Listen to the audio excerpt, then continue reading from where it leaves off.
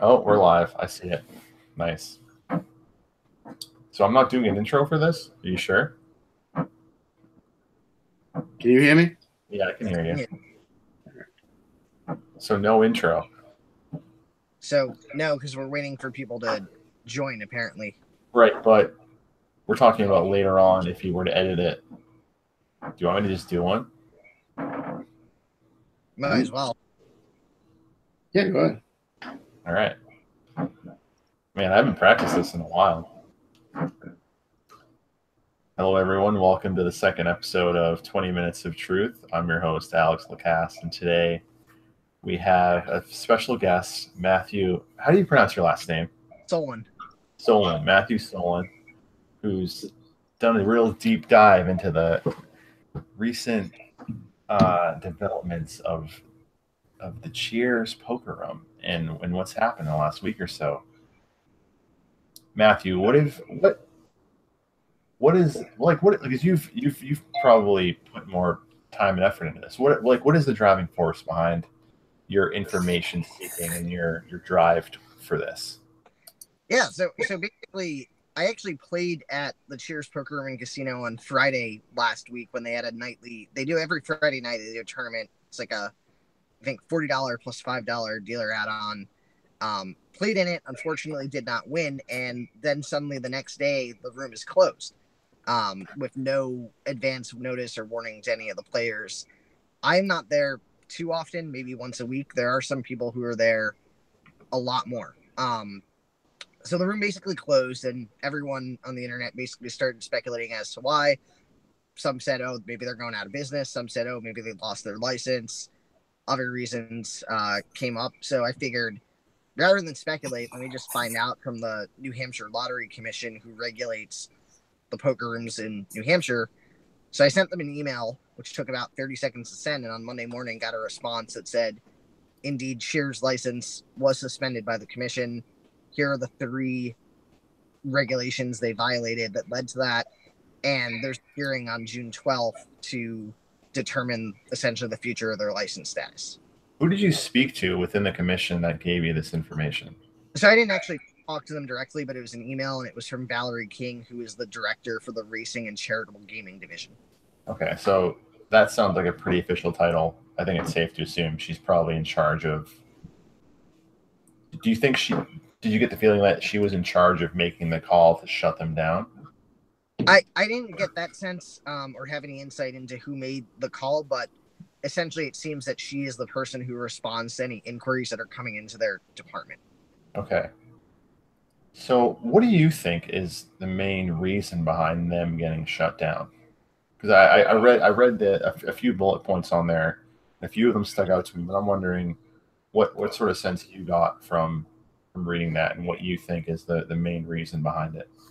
So I think the main reason that their license got suspended is that they were told, here's an issue that you need to address, and you have a certain number of days to address it, and they didn't do that. And so when the Lottery Commission has given them notice and said you've got it until this date to address it, and then they miss that date, really the commission at that point has no choice but to say, hey, we have to suspend your license until this can be rectified. Right. Otherwise, they lose their integrity as a governing body. Right. They say they're going to do something, and it felt fair. I think they actually gave them more time than they originally said they would. Right. That's what it sounds like. It sounds like they actually got more than the 10 days that is in the statute or in the regulation. Yeah. All right. I saw you look to the side. I was wondering if you were worried about a homeless guy approaching your car and asking for a few dollars, but no, I'm actually this random parking lot. There's some random cars that just swing by, and I see the headlights flashing, so I naturally turn my head to the side. Are you not in the Manchester poker room parking lot? Are you elsewhere? I am in the parking lot, but I drove to the quieter end of it. Like the area in the back, but that's usually empty. Yeah. Okay. Good luck. Hopefully you don't get stabbed or anything. Well, that would be bad. Okay, hold on. So I'm gonna go over a couple of these things. So, all right. So the main thing is they didn't respond to they were given adequate time to fix these problems. Let's go over a couple of these. Let's see. Now, where this also gets interesting, right? So on Monday, it was thought, oh, all right, so they just the regulation they violated essentially was that the owner of the physical building or land that they're operating on has to be the person to sign off on the license application and have a background check done. And Cheers is actually leasing the building from that owner. So they don't own their building, they're leasing it, and the actual owner of the building didn't sign off. And that's what came out on Monday. We learned a little bit more today that there's actually been a history of regulations being violated by Cheers, which the Lottery Commission actually sent. When you say by Cheers, what do you mean? Do you mean just that specific business, or are you talking about the owners in general? So the violations are against the business, the way that they've documented them from the Lottery Commission when they sent their notice of proposed action, including fines against Cheers. They specifically are looking to fine the business and not the owner. However, I think some of the responsibility for these issues does fall pretty directly on the owner of Cheers. Especially, I mean, one example, they're found that they violated a rule where the person who's the owner is not allowed to play in that room. That's pretty clearly going to be on the owner. Right. Yeah. I mean, and that was what, like a month or two after. But to be fair, I know I've been in Manchester before, and I've seen the owner playing in that room. I don't know if you've seen that, but on multiple occasions, I've seen. So that I'm a little like not real. That doesn't really concern me. Like, okay, you played in your room. I don't see a problem with that. What I do see a problem with, though, is the high. So one of these things, Cheers failed to submit its March 2018 high hand jackpot monthly promotional report within 10 days. The failure received a moderate violation and a letter of warning dated April 16th. So midway through April, they still hadn't submitted their high hand jackpot monthly promotion report. And this was one of the things that I was weary about when they said they were going to go to a 5+2 promotional structure where $5 rather than the five going to charity, two goes towards the bad beat. It was essentially flipped where 5 went to the bad beat, 2 went towards the room and charity. So you couple that with the fact they haven't submitted a report 2 weeks later after it was due. That's kind of concerning as a player, right? Yeah, that's definitely concerning. So it doesn't make sense why those reports wouldn't be submitted on time, because you'd think whoever's doing your accounting knows this report's due every month, normal process to get it complete. Understandably, if there's extenuating circumstances, somebody gets sick, they're on bereavement leave or something, and you submit it late as a one-off. Right, we're talking 2 weeks here. When you're late and then the state says, hey, it's late, here's a warning, you need to get it, and you still don't comply, that's a little bit odd. Yeah, and then we're talking about the one responsibility that they have to the state, or one of the main ones is let us know how much the charities are getting. This is, like, it's not a surprise. Like, someone's out sick, like, you can't have a single point of failure, right? Like, there have to be multiple people who have capability to figure this out. So I don't know. It seems kind of sinister to me.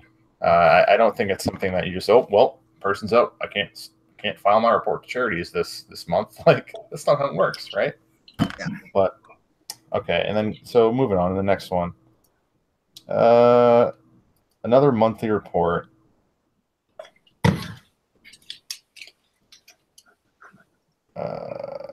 So the rest of these infractions are basically seem to be failure to comply from the previous infraction, and then what are your thoughts on the digital records not going back? What was it, 90 days, I think? Or no, 45 days. I think it was minimum 45. 45, yeah. Right? So essentially the there's a regulation that requires that any of the gaming tables have video surveillance on them, and that those video records be kept for 45 days. So in the past, that sort of surveillance would literally be kept on tape, so you'd basically be stockpiling a room full of tapes. With modern technology, we keep those now in a digital format, so essentially they get stored on a hard drive or a server or in the cloud somewhere, and should be retrievable. Generally, if you know you have to keep them for a certain number of days, you set a retention policy that says not to, you basically keep them for that amount of time, then you can purge them. That way you don't run out of disk space after that given period of time. I can't figure out why Cheers would delete these earlier than they should have. And what's more concerning is that the state's saying that based on their review, there's no way that those deletions were unintentional, that it was a technical glitch or error. They were actually deleted by Cheers. Yeah. So this seems like one of the most basic things where you have to submit or keep digital surveillance records for 45 days. It doesn't seem for someone, so some sort of IT personnel, to set up a program where you just delete everything that's more than 45 days old, right? Like, it doesn't seem that difficult. And like you said, where it was obviously intentional that these tapes were deleted. Now, I mean, we can sit here and speculate as to why they were deleted, but we don't know. Given this whole situation and its lack of transparency, I don't really have the most. I'm not really optimistic. And yeah, and actually on the video thing too. So I actually, my full-time job, I work in technology, and typically you would have some sort of, let's say you're keeping a server with the video records, you'd actually have a backup process. So if something did go wrong and you ended up deleting something, you can restore it from the backup even beyond the 45 days. So it almost sounds like not only did Cheers delete the records or whatever the case may be, but that they don't have a proper technology, essentially infrastructure or system in place to actually back their stuff up. Yeah, see, my whole this whole thing for me, the one thing that I struggle with in understanding this whole situation is it due to is it due to incompetence or is there negligence? I mean, there's probably, I don't know, maybe there's some sort of a blurring of the two, but were the tapes deleted for some reason, some sinister reason, or does he just not know how to do things? Like, what do you think? I don't know. There's got to be we're in some sort of gray area. Yeah, and I think that there is probably some sort of mix of either ignorance or lack of understanding of what was required there, with perhaps, I don't want to necessarily say incompetence, because they do have some great people that were working there, but maybe there was some incompetence in some of the operations or not paying attention to the regulations. Right. Yeah, I'm not saying the whole thing was like, but based on the things that they're in violation of, the people that were in charge of these things, or the person who was in charge of these things, I don't think was doing their job, to the best of their ability. So it's like, I don't know, someone has to be held accountable. Yeah, and it's going to be, and ultimately, it's going to, I think, overall, definitely hurt their business if they're able to get reopened after the hearing that's coming up on June 12th. In the interim, a lot of the people who are playing there may have decided, well, I want to play some poker, and if Cheers is closed, I'm going to go play down the street because there's another room, Chasers, about 2.5 miles away. Or they might go to Hampton Falls or Boston Billiards or Manchester, right? So those customers that were playing often at Cheers may essentially find a new home poker room somewhere else in the area. Yeah. Not just the customers. I mean, what about the dealers and floor personnel? Like, right. That's the other thing. So from what I understand, the staff are not getting paid during this closure, which means that they're not getting a paycheck and essentially are going to have to either collect unemployment benefits or find a different job And since unemployment typically doesn't cover your full paycheck, right? You only get a percentage of what your paycheck would be. Yeah.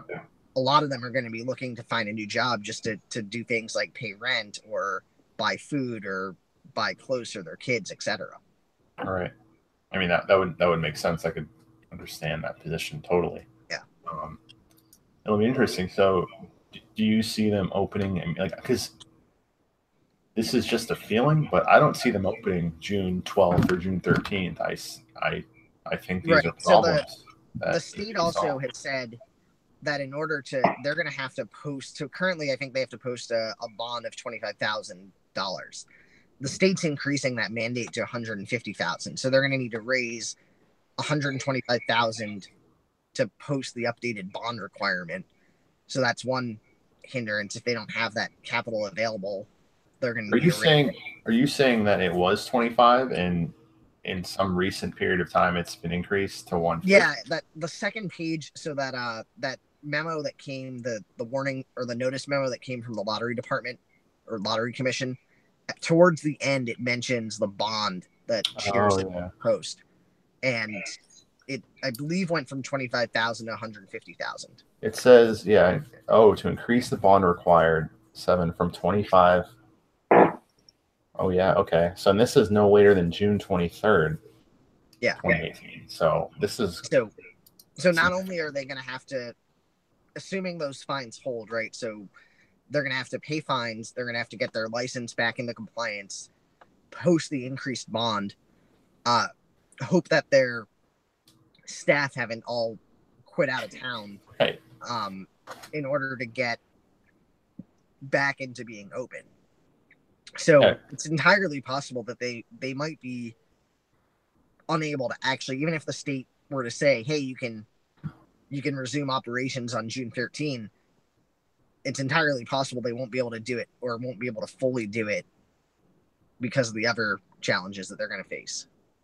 Yeah. And I hate to be this, like, because I mean things aren't looking good. It's really hard to paint a positive picture of what's happening, and I feel like on one hand, there's this negative side to what's happening, and I'm trying to think of a positive that may come out of this, and it's just. So I think the one positive that may come out of this is that people that are running other rooms in the state may realize, hey, you know what, the lottery commission's not joking around when they send us a warning or something. We don't want to end up like Cheers with our license suspended, so they'll make sure to give it the right level of diligence and make sure they're in regulatory compliance. I know in my job, right, if we get something that says where I work, we're regulated by the Department of Insurance. If they tell us we have to do something, it basically becomes priority number one to do it. We drop any other work or any other projects to do what the government is telling us we have to do to operate. Right. I mean, so they're one of the very few bodies that can shut you down, right? So you would think that. But it's funny because by that same token, it seems that Cheers didn't have that level of importance when dealing with whatever the state said they needed from them. It's like, oh well, okay, we'll kind of like get it to you, and weeks go by and they still don't have it. So where was that level of urgency? I don't get that sense. Right. And it's definitely, them closing is definitely a loss for players, especially on the tournament side of things. So Cheers was one of the only rooms that was running a tournament every day, sometimes 2 tournaments or 3. And so for tournament players, hold on, that's you off of the 93 corridor as you said before, because I'm pretty sure Hampton runs tournaments every day. Hampton Falls. That's true. Seabrook does. Hampton, right. So Hampton Falls and Seabrook pretty consistently run tournaments. But if you're looking at I'd say towards the western end of Rockingham County, so like Salem up through to Manchester, Nashua, that sort of triangle. Yeah. You have 5 poker rooms in that sort of triangle between Manchester, Nashua, and Salem. Mm-hmm. There were some days that if you take Cheers out of the mix, there aren't any tournaments running. So it's definitely, that's a loss for people who like to play tournament poker, and they were drawing a pretty decent field for some of their tournaments. Yeah. I mean, it's unfortunate. I'd never been to Cheers during the week. I played their Six Max, and then I played their one of their, I think their first 250 that they held.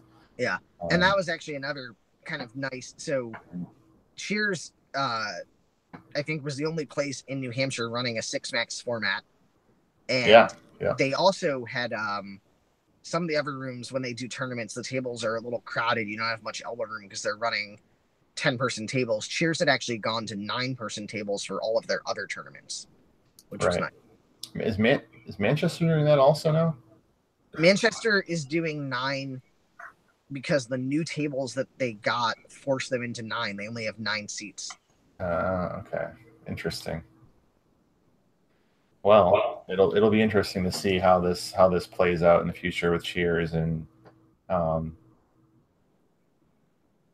how this affects the New Hampshire poker scene moving forward.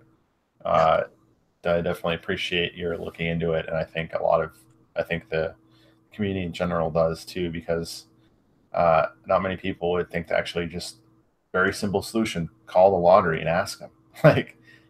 Didn't take a whole lot of effort, but obviously we got a lot of information out of it and have a much better understanding of what's going on now. And it turns out it wasn't hard to figure out how to contact them. Their website has an email address, and if you click on it, you can send an email to them. So yeah, they're not some shady organization that you have to jump through hoops to contact. It's the federal or the state government should be easy to contact. That's kind of the whole idea behind it, right? Like transparency and But all right, Matt. Well, thanks, man.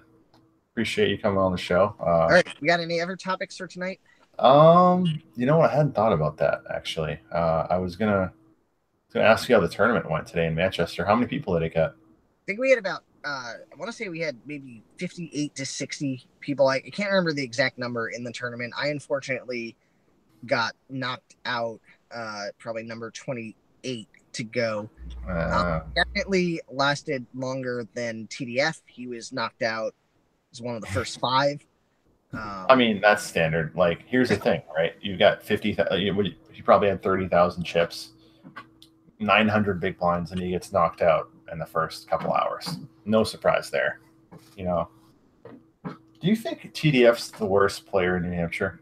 No, actually, the funny thing is people claim he's bad, but if you look at the list of the winningest players in the state, he's actually on that top 20.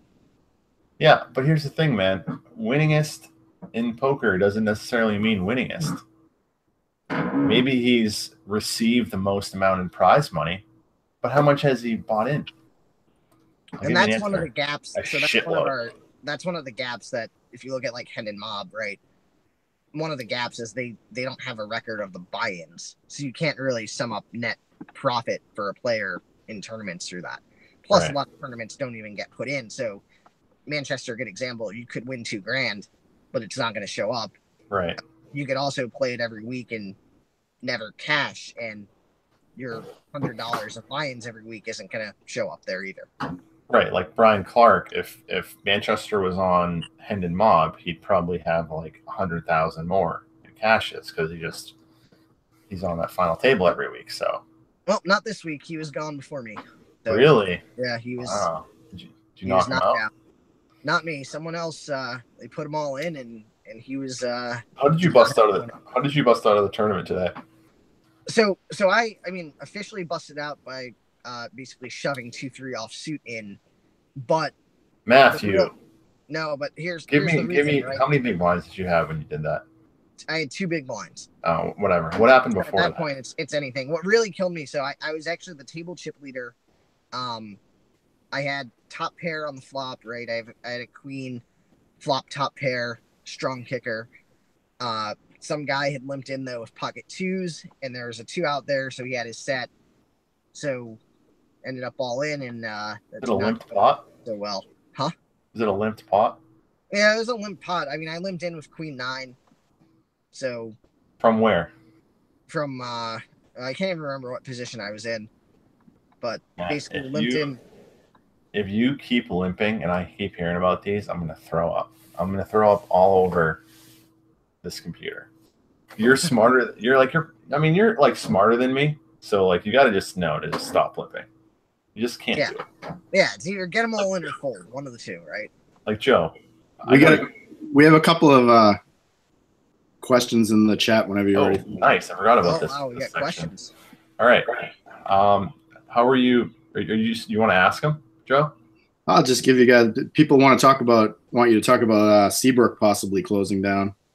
Yeah. Oh, yeah. Right. So here's the story there, right? So Seabrook is having a management transition. So essentially they're going to be sold. And that's the reason that they're trying to give away all of their bad meat jackpot money. So essentially the company that's giving it up, those funds that they have, which were taken from essentially promo drops by the players, they can't keep that as profit. They have to pay it back out to the players. So they're okay. We know, Matt. We know. Okay. But what do you think is like? What does this mean as far as them closing down? Do you think someone buying it? Who's buying it? Is it going to remain a poker room? What do you think? Yeah. So that's the interesting question, right? So I think whoever's buying it sounds like they are going to keep it operating as a poker room, but I think what Seabrook really needs is some significant investment in their infrastructure. It's an out-of-date room. It's not up to par with any of the new build-outs, and Hampton Falls is way stronger, both in having. Have you been to Seabrook? I have been to Seabrook. Was not impressed by it. When did you go to Seabrook? It was towards the end of last year. Okay. Definitely compare them to Chasers, and Chasers looks a lot nicer. Yeah, because I haven't been to Seabrook for, I don't know, probably 7 years, and I'm almost positive it looks the same as it did 7 years ago. Yeah, it basically looked like it belonged in probably the year 1995. So the television, they had televisions that were CRT TVs, not even old flat screens.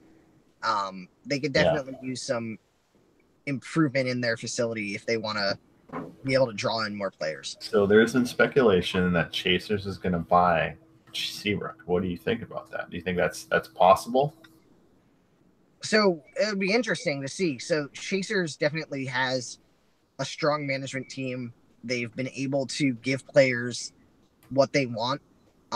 And their current facility, their biggest, I'd say almost hindrance there is that they actually literally don't have enough seats and tables in the room. So people show up and the wait list has 30 people on it to be able to play.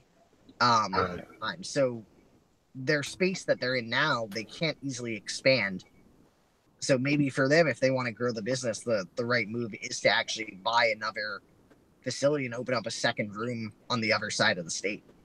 It's almost ingenious. You think Seabrook's a relatively big room. They have more than enough space. They could probably have, between the old tournament room and cash room, I don't know, what, like 40 tables, right? So, yeah. I mean. And if they overhaul, so the food and beverage options in Seabrook are a little bit weak, especially if you compare it to a place like Manchester Poker. So if they can improve that and actually have decent food where players might be like, you know what, eating here is actually nice because the food's good. Yeah. That can draw more people in too. I'm almost positive if Chasers buys that property, it's going to get completely redone.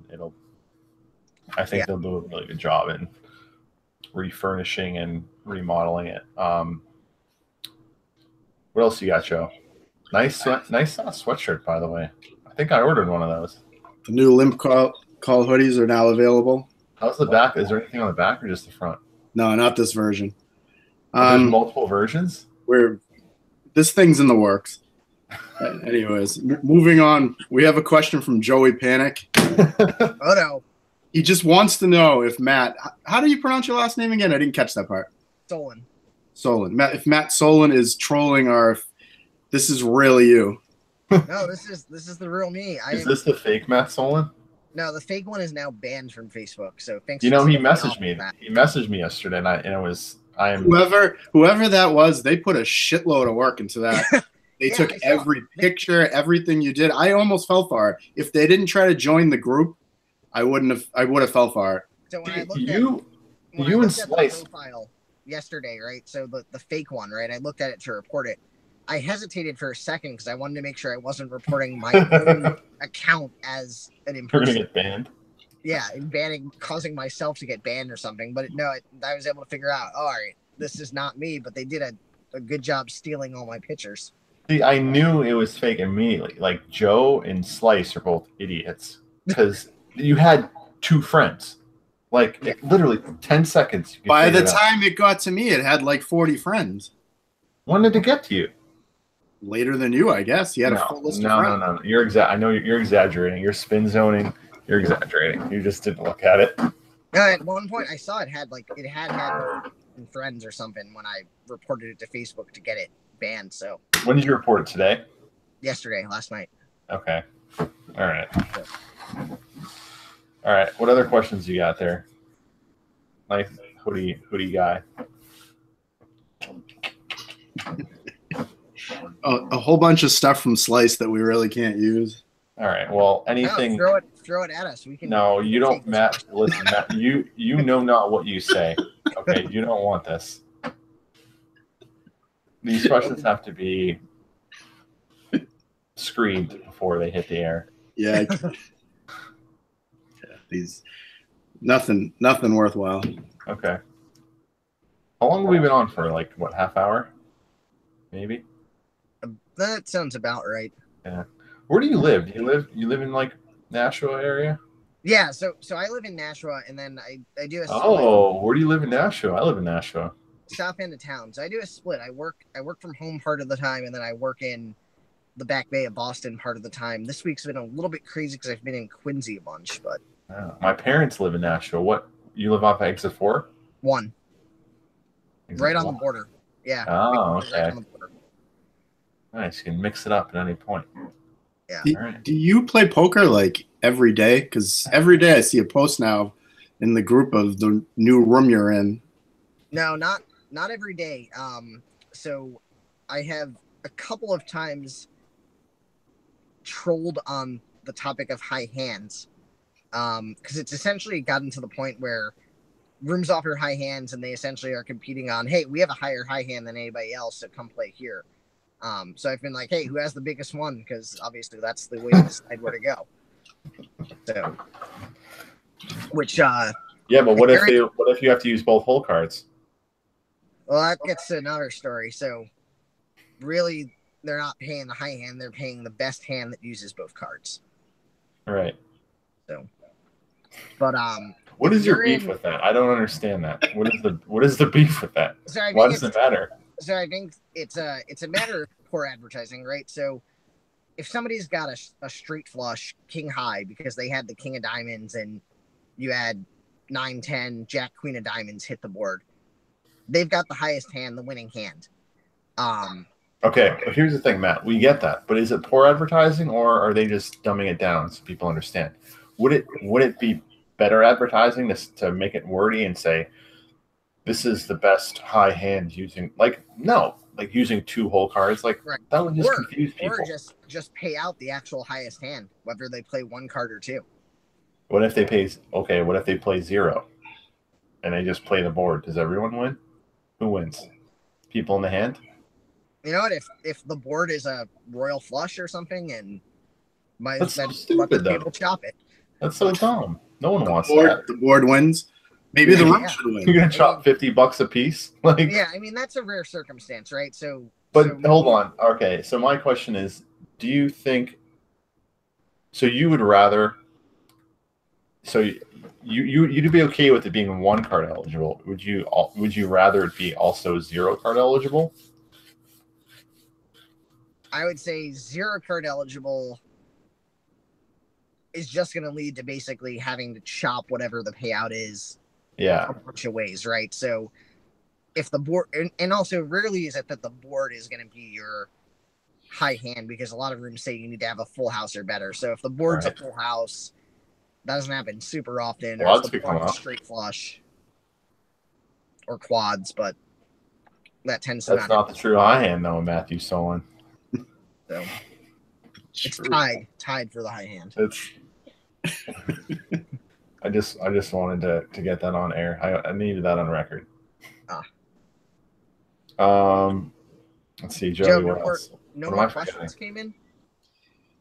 Slice wants to know how old you are. And if you played tennis at Nashua High.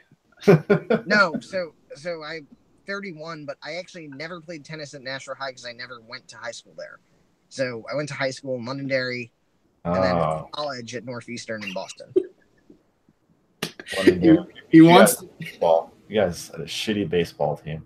He wants to know if you're Wait, in the who has a shitty baseball team? Londonderry. Oh, all right. That I didn't play for it, so can't blame me for that. All right, that's fair. What else you got, Joe? He wants to know if you're in the Manchester poker room parking lot, how come you haven't been carjacked yet? Yeah, so the door's locked, so that helps. And if some random guy shows up to carjack me, you're gonna suddenly see me gunning it out of here as fast as I can go. God, we get so many viewers. I kind of hope that happens. I don't want you to get hurt, but I want the drama. I mean, a live carjacking would be great because then you get video evidence of it when they try to send the guy to jail. I've actually been approached multiple times by people in that parking lot that were homeless asking for like 50 cents or something. So I'm surprised you haven't been approached yet, honestly. Seems wild. I mean, I did turn the lights on the car off, so maybe they don't know I'm here. Oh, and you blend in. Your skin blends in with the night. Yeah, that could be it. Natural camouflage. Your skin blends. We got a Joey Panic question. He wants to know if you play cash, and if you do, when and where he wants to play with. So, is any room still open now for cash? Because we could go right now. Manchester's open. That is true. Yeah, they are open. No, so actually, I tend to prefer to play tournaments. I have played cash before, Chasers, Billiards, Manchester, the River, and Nashua. But I'm looking to focus on tournaments so one day I can accomplish my dream of being live on ESPN at the World Series of Poker.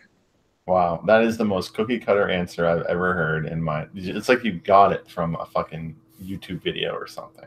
I mean, also my ex-girlfriend said I would never make it on television, and I want to prove her wrong by being on ESPN. This is your best chance, or you could be like a consultant, like a New Hampshire poker consultant. You're basically on TV right now. Yeah, sure. This is how many viewers do we have live here? Well, like probably 4, if we're lucky. No, we're double that at least. Really? 8 as we speak.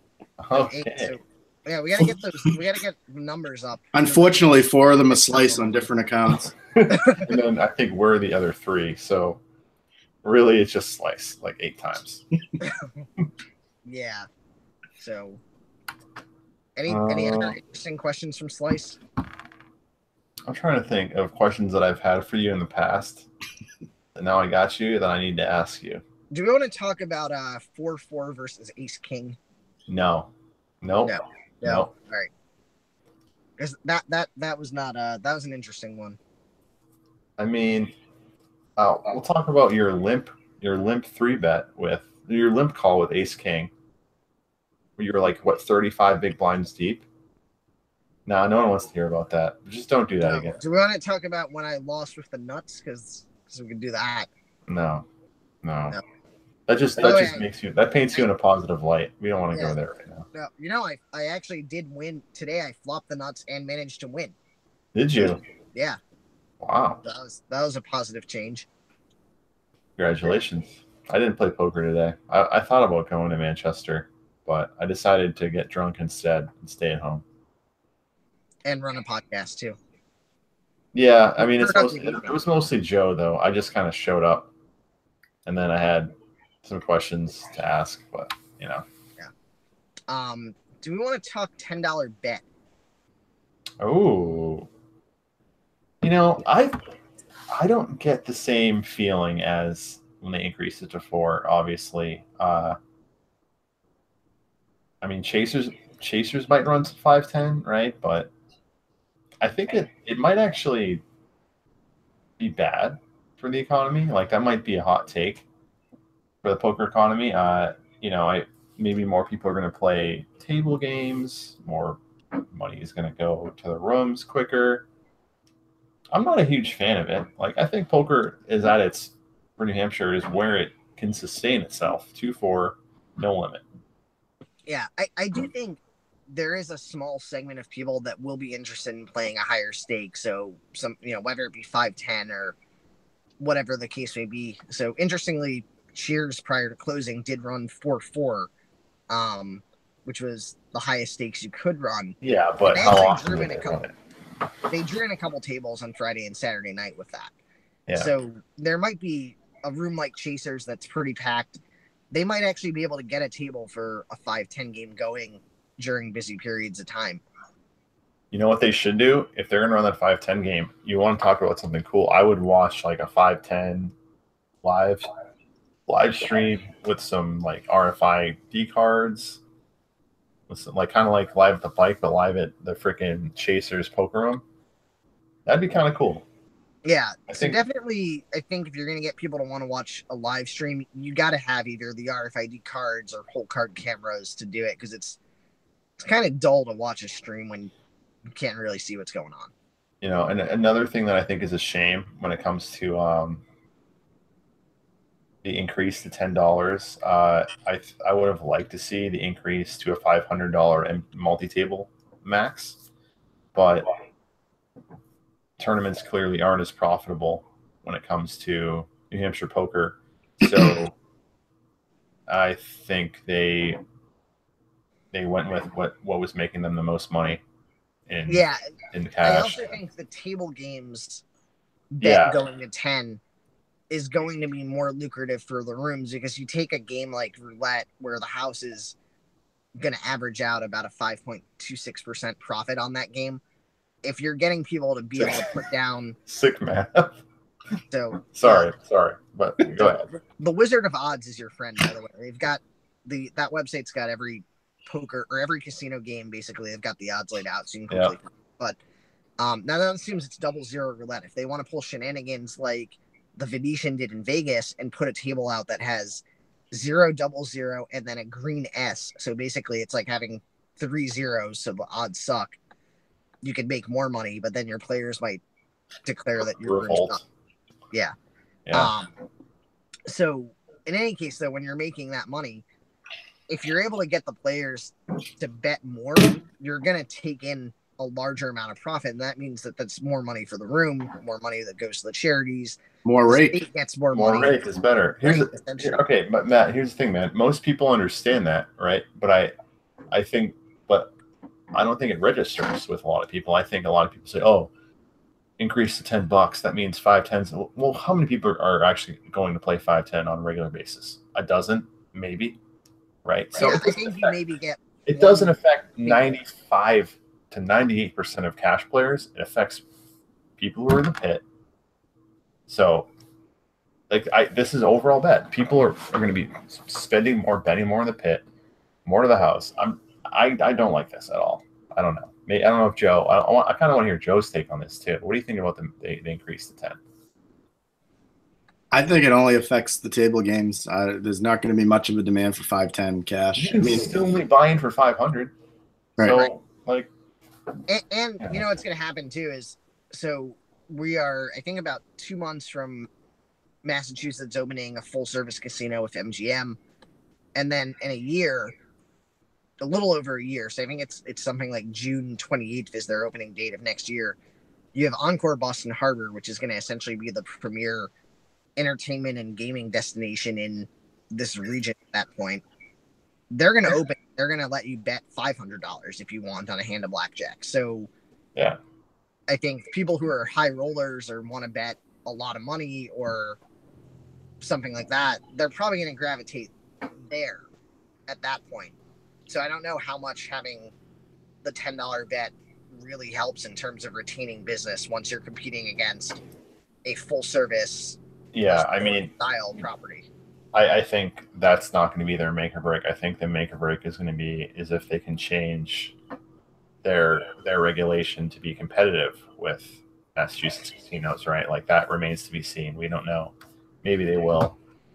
Maybe they're just going to be old, classic New Hampshire, not give a fuck, not care about this industry, and let it fall by the wayside. Who knows? It'll be interesting. Yep. I don't know.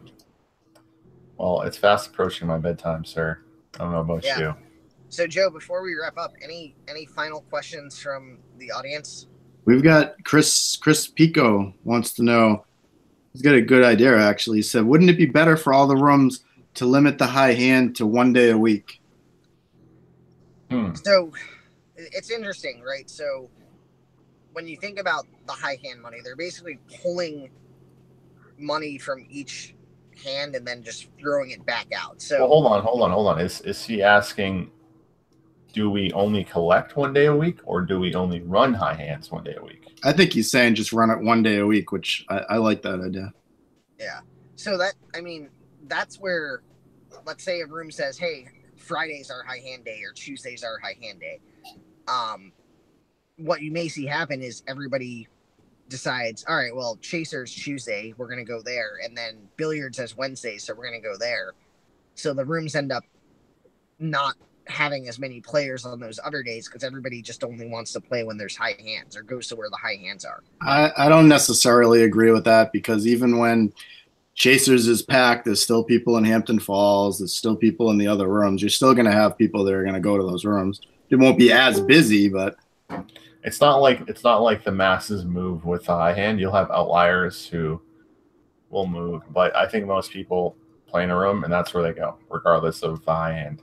Let's face it, this $2 taken out of every pot is adding up. It's just going to make a lot more people go broke quicker. And also, like, I don't like the idea of running it. If you're going to take $2 a high hand and I can only collect on that $2 once a week, I'm not cool with that. Like, 83% of the time, I'm not going to get a return. Like, I think it's bullshit anyway. That would just deter me from playing even more. The fact that I can only collect once a week, like, no. You know. Now, my idea is to build out some large field tournaments. My idea, and this will be probably the most controversial thing we have on the podcast. My idea is that rooms is just saying, hey, every hour we're gonna give $500 away. No, not more rake. Instead, we're going to give you $250 in cash plus a voucher to our next monthly $250. You do that to 40 people every week or whatever the case may be. Now you've got 160 people getting entry to your tournament just through those high hand vouchers. It's going to draw people in because when they hear, hey, there's 140 players, some of whom are probably going to be terrible tournament players that are easily beatable. Yeah. People wanting to play there. Matt, I love the idea, but here's the thing, man. There's no way Chasers is going to sacrifice a day of cash to run a 250 because it's going to make them a fraction of what it would. The only room that would be a good idea for would be Hampton Falls. And I don't think they get enough volume to have an impact, or they could give away 40 seats. Chasers could give away 40 seats, but they're not going to because it's going to lose them money. I think it's a good idea. And that's the thing. I don't have a good insight into so if probably a measure that the rooms would look at would be what's our average poker revenue per table per hour, right? And I don't have an insight into what that really looks like for the rooms, but I do know on the tournament side, they're raking essentially 20% of every tournament in. So if you run a 250, that's $50 that's going to now. The house is taking 50. Some of that goes to charity. Some of that's taxed. But basically, $50 is coming out of every buy-in. Yeah. So if you have a 100-person tournament and you're getting $50 in off that, right there, you're making $5K. Right, but that's also like 12 hours of.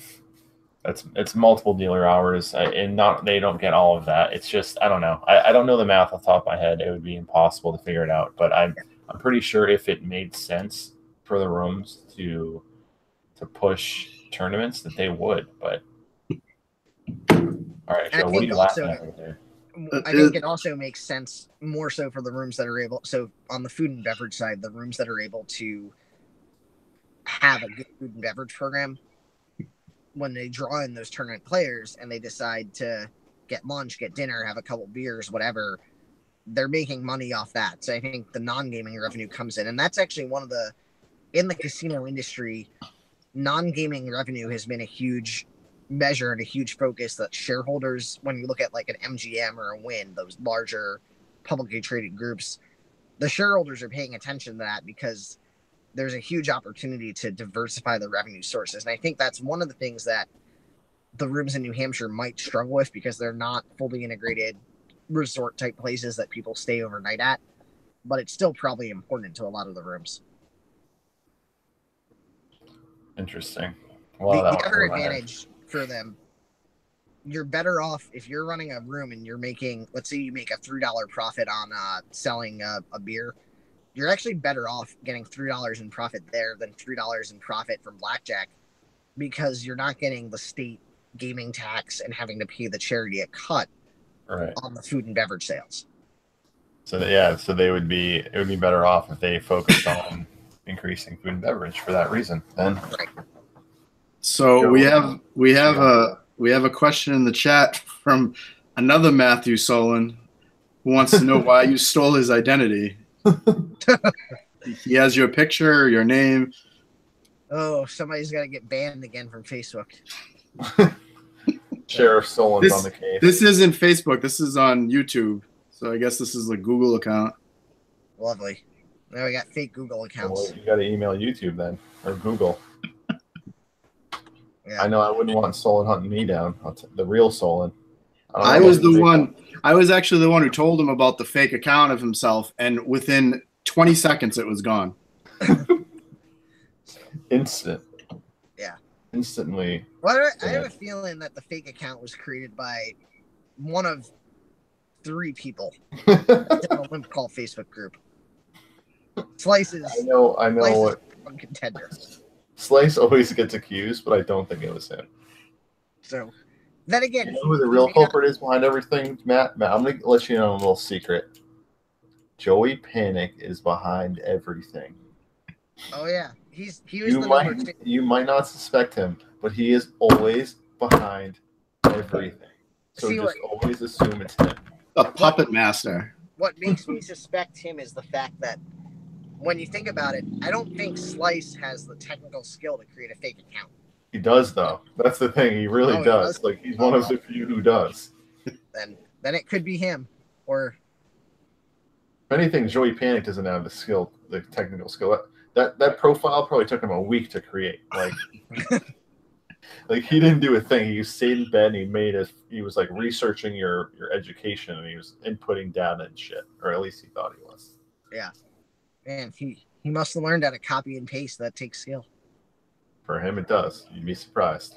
Yeah. All right. We're wrapping up here. Well, all right.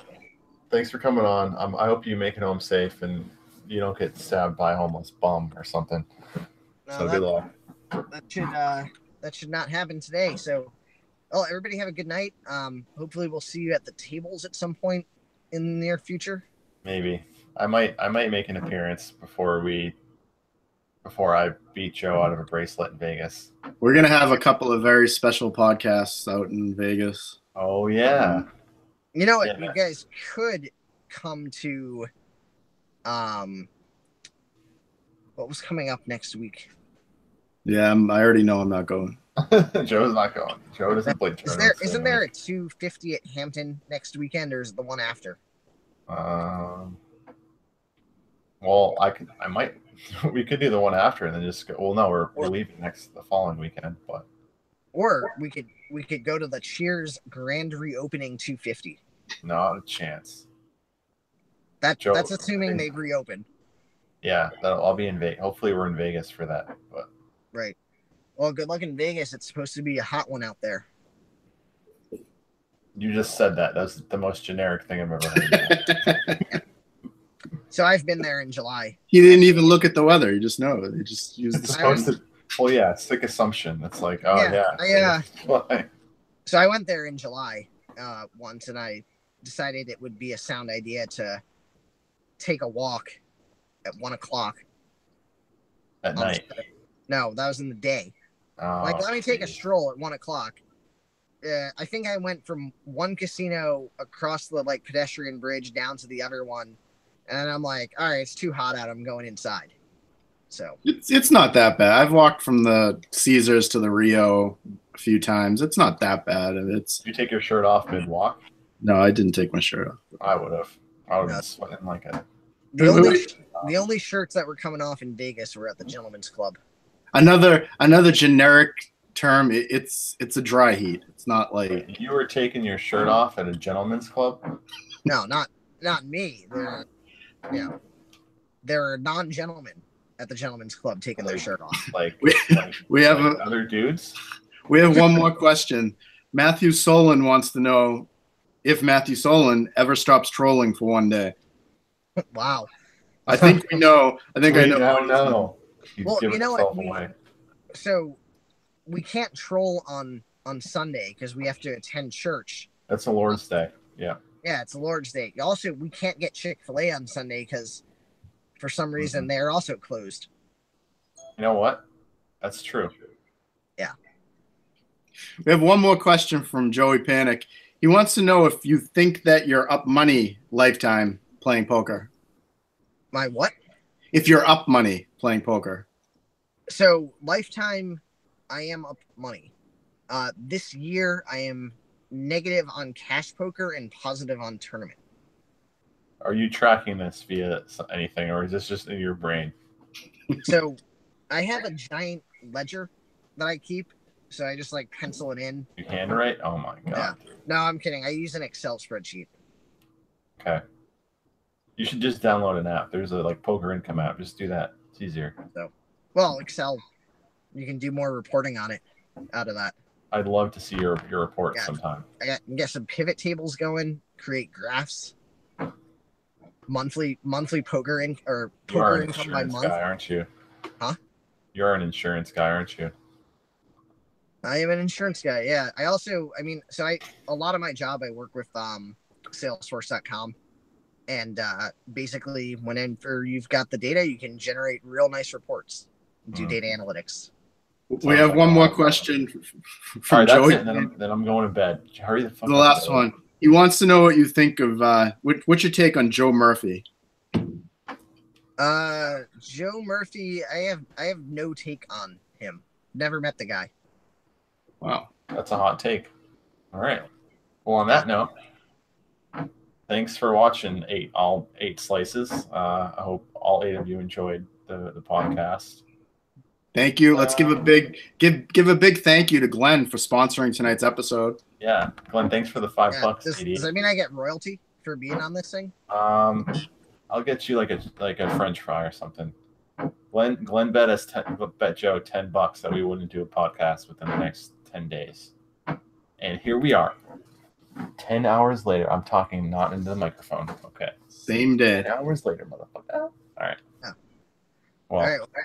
Don't blow that $10 on one turning. I'm probably gonna go play the $5 fin. Yeah. The river. Yeah. Play the $5, and then if you get knocked out, you can rebuy. Perfect. Yep. All right, everyone. Have a good night. See you there. All right, later, man. Thanks for coming on. Bye. See ya. That's it. Dunzo. All right. Wait, exit music. Do. I'm gonna edit all this shit. Outro. Dude, that was long as fuck. I don't have a timer going here. That was like an hour. I'm probably at least 40 minutes. Shouldn't OBS give me some kind of time? No, nothing. Oh, whatever. Where's my hoodie at? Where's my fucking hoodie? What size is that? I can stream this now instead. Oh. Actually, I can just go to my screen. Yo, what size is that? What size hoodie? XL? Yeah. Can you see this? Yeah, I see your. Oh, look at you. Oh, nice raise, bud. Not. What is this? Dude, I'm so tired. I just want to go to bed. I'm like drunk, and I'm no longer drunk. I'm just like on the down slope. Perfect time to go to sleep. Yeah. Slice. Right. No, Matthew Soleyn says 59 minutes of truth. Nice, dude. 59 minutes? Holy fuck. I guess. Edited, that'll be a lot less. All right. Good luck in this. I'm fucking outie. Ooh, after this hand, 8-9's definitely gonna win. Oh, check. Oh wow, miracle. All right. He's a luck box anyway. Good night.